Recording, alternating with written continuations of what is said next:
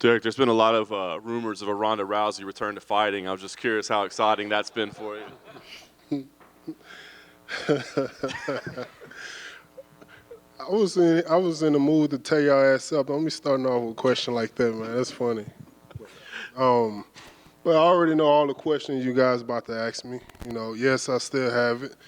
And the last few fights I haven't been healthy, you know, point blank period. And the last fight, I actually passed out just before weigh-ins. I blacked out. My coaches had to carry me. The little guy right there in the middle, he had to hold me up and make sure I stayed conscious. And I just didn't have the energy the rest of the week. You know? Was that illness or was that something else going on? Or? What's been going on is like I wait three days before weigh-ins, then start trying to cut weight. I cut like 25 pounds in like 3 days, and just not eating and just drinking water and probably like a little something to eat. So has that been the big adjustment then for this training camp? Is just the dietary approach? For sure, it's just been big adjustment. I'm already at weight right now. You know, I don't believe I had to cut anything. I'm already at weight. Was that something that you kind of knew you needed to adjust for all this time you've been in the UFC and just were stubborn about it, or was that just passing out? Was that eye-opening for you? It was a big eye-opening. It was just always in the back of my head, like during the fight. Like I felt like I actually died, you know. And I was thinking about all the other fighters that went through something like that, and they blacked out and then came back and they couldn't fight. They didn't let the fighter fight. But good thing it happened at the PI, and they gave me all the stuff I needed to get up and walk up out of there. But it was a very scary moment, though. Was there any consideration, like, I mean, you always said you did this to support your family, right? And it seems like from the outside you've been able to do that and then some. So it was like there any talk like, hey, should we be doing this anymore? Is this unhealthy? Or what was that discussion like? For sure, it was like a scary moment like that. You know, even my wife was saying that it was very scary. My coaches, they actually was going to pull me out of that fight, but we already had just pulled out the fight a couple of months before that, and so we couldn't just do it again, right? That short notice again. So we just went ahead and just tried to fight, and I didn't have no energy during the whole fight. It just felt like I was stretching, like my arms, my legs, my whole body. It just felt like he was in one of those type of stretch, like he can't stretch no more. That's how I felt the whole fight.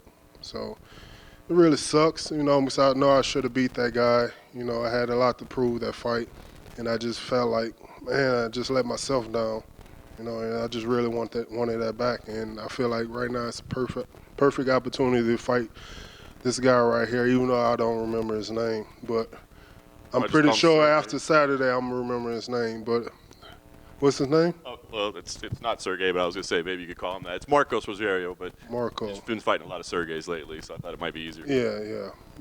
Then it was a Russian guy, too, I lost to. God damn. No offense to Russia, but damn, man, come on, man. All right, last thing I have for you, man. With all that you revealed, I guess, I don't know, is there like a special excitement for this one, knowing that you're at full health, or like you said, something to prove? Like, what's your feeling coming into this one? I'm actually, it's like that's what's, I guess, I've been messing up also. It's just feeling like I have a lot to prove. I feel like just go in there and just fight. Finally, just go in there and just fight, and don't worry about what everyone else says about me and stuff like that. I just go out there and fight and have fun. And I really believe that Saturday I'm gonna really have fun out there. You're gonna see something different in me because I've been feeling good. You know, I actually stuck to my diet. We've been training for like 10, 11 weeks now, and I actually stuck to my diet for like 1 day, and I feel good. Yeah. Derrick, you're saying you feel good, but did part of you feel like it might be some sort of sick joke that they want you to fight at 5,000 feet in the air? I was like, man, it's my luck, man. As soon as I felt like I did everything right, you know, cross every I, what they be saying, dot every I, whatever. I did everything right, and now I'm fighting in the elevation. Like, damn, man, now I'm got to worry about me gassing out. And so whenever I got the call, and so we already was training and stuff like that. And so just felt like I just needed to train a little bit harder, because we was going to be fighting the elevation. And I don't want to gas out, so we did everything we could in training to make sure that don't happen. Genuine question, you didn't know his name. If you walked past Marcos now in the hotel, would you recognize that you were fighting him on Saturday? I just started watching his videos Thursday, and I just finally seen a picture of him like Thursday. And so that's all I've been seeing now, is just his face. But yes, I would recognize him. This is a bit off topic, but you've spoken about your sort of weirdness with Elon Musk and some of the things he does. If he fought Zuckerberg, you complaining that one time you complained that he was altering the stock market with his tweets. Oh, okay. You said it. What about it? If he fights Zuckerberg, are you rooting for Mark Zuckerberg? Are you rooting for Elon, or how do you care about that fight? Actually, we got a Tesla plant right now at home, and my house is running off a water well, and so it's way over there by the garage and separate from the house. And the Tesla socket been setting off my breakers, tearing my breakers up, and so we haven't been having water, and we're trying to figure out why, but it's been the damn Tesla plug in the car just keep breaking the breaker. So I'm going with the other guy.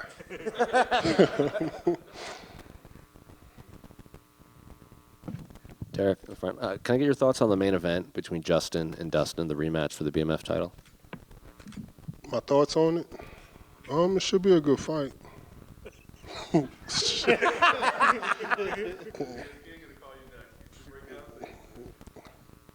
We'll see. That's it. Derrick, right over here. 27th UFC appearance, 21 wins by knockout. Do you have a favorite knockout of yours? My favorite knockout probably was probably Curtis Blaze or the other Russian dude. Those two are my top favorites. Hey, Derrick, what were your thoughts on John Jones's comeback at his debut at heavyweight? Did you think it was a good one, or I guess did you even watch the fight? I didn't watch the fight, but I seen the highlights. It was good. I'm happy for him. I'm glad he came back and did his thing. Nobody can say that he's not the GOAT, so I believe that he's one of the best fighters of all time. Were you happy that he beat Cyril? Yeah, I'm happy. Yeah, I'm happy he beat Cyril. Of course. Yeah. I couldn't do it. Shit. Appreciate it. One last one. You said you were going to come in here and tear us all up, but don't you feel like we like you? You come in here and we I was going to tear your ass up. I was going to talk so much shit. I was going to, for sure it's going to be controversy, but I'm glad y'all worked it through. I appreciate y'all. Y'all settled me down. So I was going to tell you up, so I know you had some shit to say about me. One follow-up. No, but you said that you were injured coming in, like, to your other fights. What were those injuries? It was just my health. Not feeling healthy enough. I'm just feeling sluggish, and my diet. It was actually my diet, man.